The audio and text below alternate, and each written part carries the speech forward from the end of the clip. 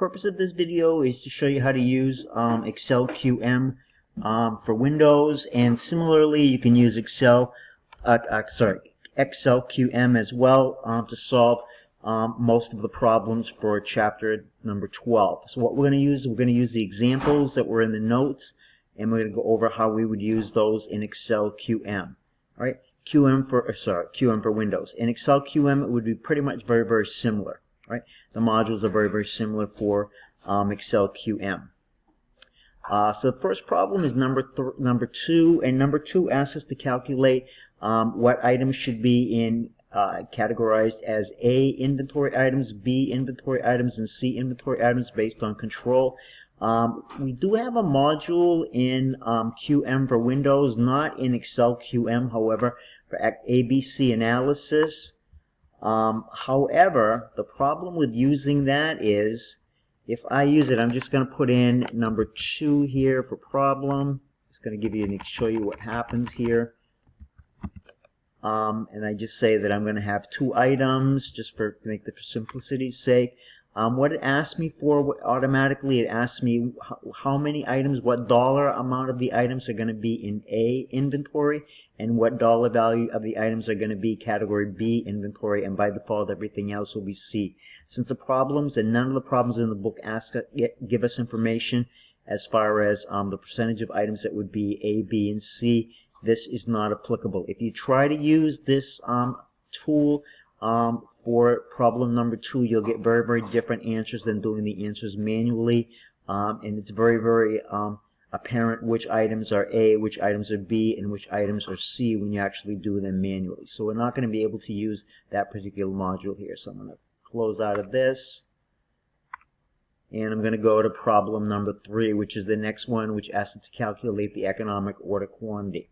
So I'm going to open up an inventory. I'm going to open up the economic order quantity module, and I'm going to title this problem 3.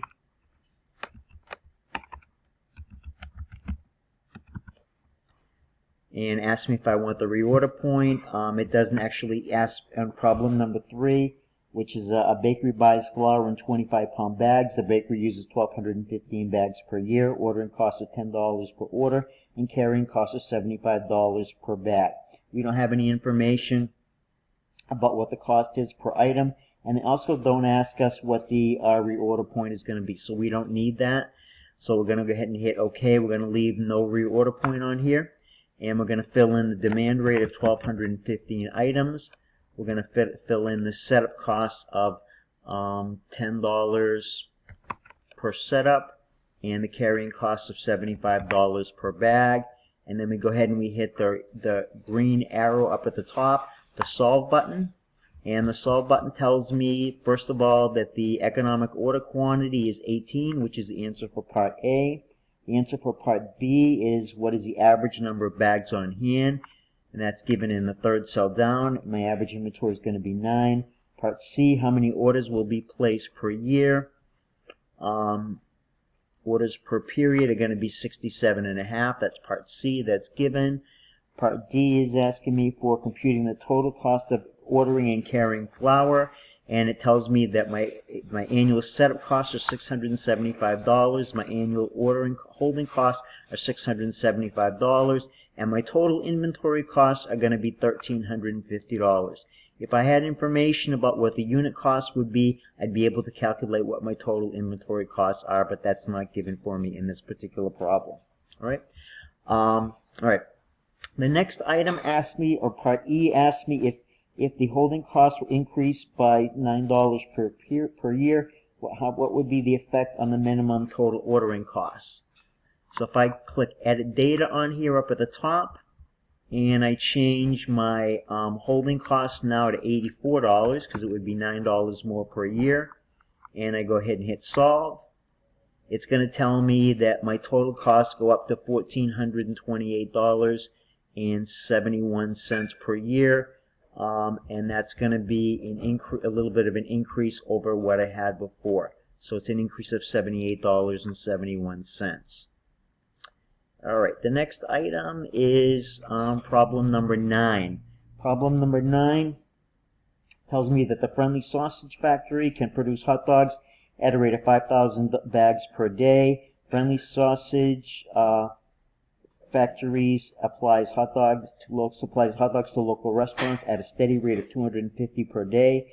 The cost to prepare the equipment for producing hot dogs is $66. Annual holding costs are 45 cents per hot dog. The factory operates 300 days per year. We need to calculate the optimal run size, the number of runs per year, and how many days it takes to produce the optimal run quantity. So I'm going to close this file.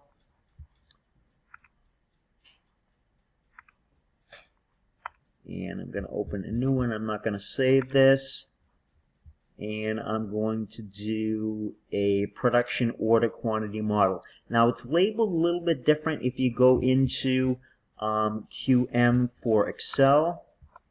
So if I go into QM for Excel and I click in my alphabetical and I click on inventory, what I have here is I have economic order quantity or economic order quantity with non-instantaneous receipts. Economic order quantity with non-instantaneous receipts is basically the same as the economic production order model. All right. So instead, we're going to go back to the QM for Excel for Windows, and I'm going to pick on my production order quantity model, and I'm going to just call this 9, problem number 9, and I'm going to hit OK. Ask me what my demand rate is. My demand rate is given as being 5,000 hot dogs per day. I'm sorry, my demand rate is 75,000 hot dogs per year. My setup and holding cost, my setup cost are given as being $66. My holding costs are given as being 45 cents. My daily production rate is given as being 5,000 hot dogs. The number of days per year, they told me that the factory runs at 300 days per year. The daily demand is 250 hot dogs. And my unit cost, I wasn't given anything on the unit cost, so I'm going to leave that blank. And I'm going to go ahead and hit solve. And if I hit solve, it tells me that my economic production quantity, which is part A, is 4,812 hot dogs. Part B, the number of runs per year. Number of runs per year, it actually does tell me right here that I have 15.59 runs per year. The number of days to produce the optimal production run, it doesn't actually tell me that in this. I'm going to have to calculate that by hand. So I'm going to get that by taking the 4,812 hot dogs that I run per production run, divide that by 5,000 that I can actually produce in a day, and that was going to give me 0.96 days. But I'm not going to be able to use the tool to do that. I'm going to have to do that calculation manually. All right. So, and if you're using any of these tools and you're putting this in your homework, you're going to do a screen print, and you're going to bring that into your and copy that into your homework, and you are going to make sure that you label all your answers on there. Part A, Part B, Part C on there. Alright, so the next one we're going to go to on the examples over here is a quantity discount model. So I'm going to close this one out. And I'm not going to save this file. And I do have a spot here at a tool under inventory for quantity discount model. So I open this up, and this is problem number 13. So problem number 13 tells me that I have a mail order company. They use 18,000 boxes a year. Carrying cost is 60 cents per box per year, and ordering costs are $96. And then I have some pricing for different quantities, and I have 4 categories on here. So that does ask me to fill in how many categories of prices that I have. So I have 4, so I'm going to change that to 4. and go ahead and hit OK. Alright, so it asks me to calculate, to put in my demand rate. My demand rate is 18,000 boxes per year. My setup costs are given as being $96, and my holding costs are 60 cents. My price range, my lower price range goes from 1,000 boxes to 1,999, and that's a price of $1.25. My next price range goes from 2,000 to 4,999. Oops. 4,999, and that's at $1.20 a unit. My next price range goes from 5,000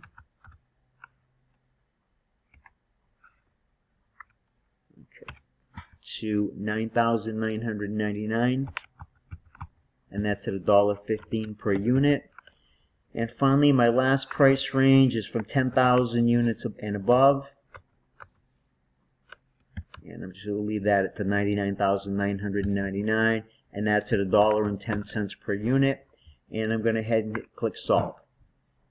And if I click solve, it's going to tell me that my total holding cost is going to be $22,545.60, and the optimal order quantity, which is always going to be either in the first range, or it's going to be the lowest item, the lowest order possibility in one of the other ranges. So my optimal order quantity is going to be 5,000 units at a cost of $22,545.60.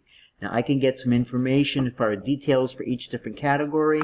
If I hit the details screen, and the details screen tells me that, for example, from 1,000 to 199, the economic order quantity would be 2,400, and that doesn't fit in that category, so I won't use that one. But from the category from 2,000 to 4,999, the economic order quantity would still be 2,400. However, that's a total cost of 23,040, which is not the minimal. My minimal is at 5,000. All right, so I'm going to close out of that and close out of this file. And I'm not going to make any savings on this one.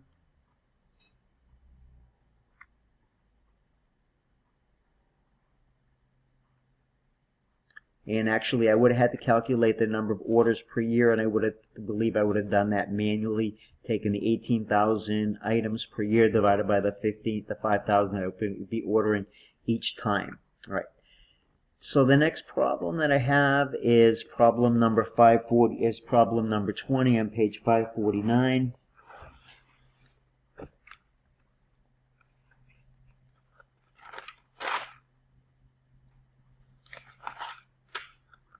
And problem number 20 says, given the information that the lead time is 600 pounds, the standard deviation is 52 pounds, the acceptable stock out risk during the lead time is 4%.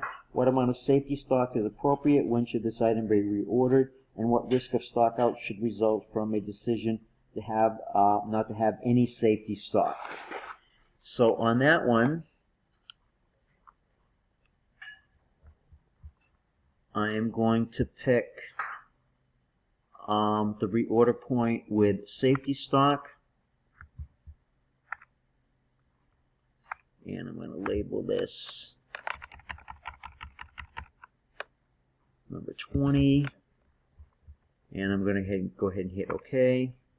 And I have a daily demand of 600 pounds. Oops, sorry, wrong spot.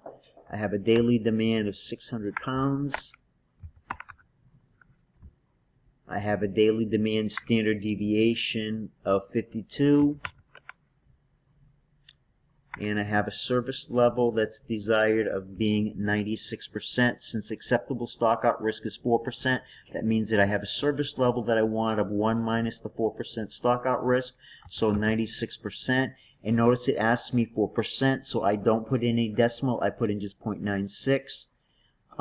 Now, I don't think it's gonna let me solve this problem without a lead time, so I'm just gonna put in a lead time of 1.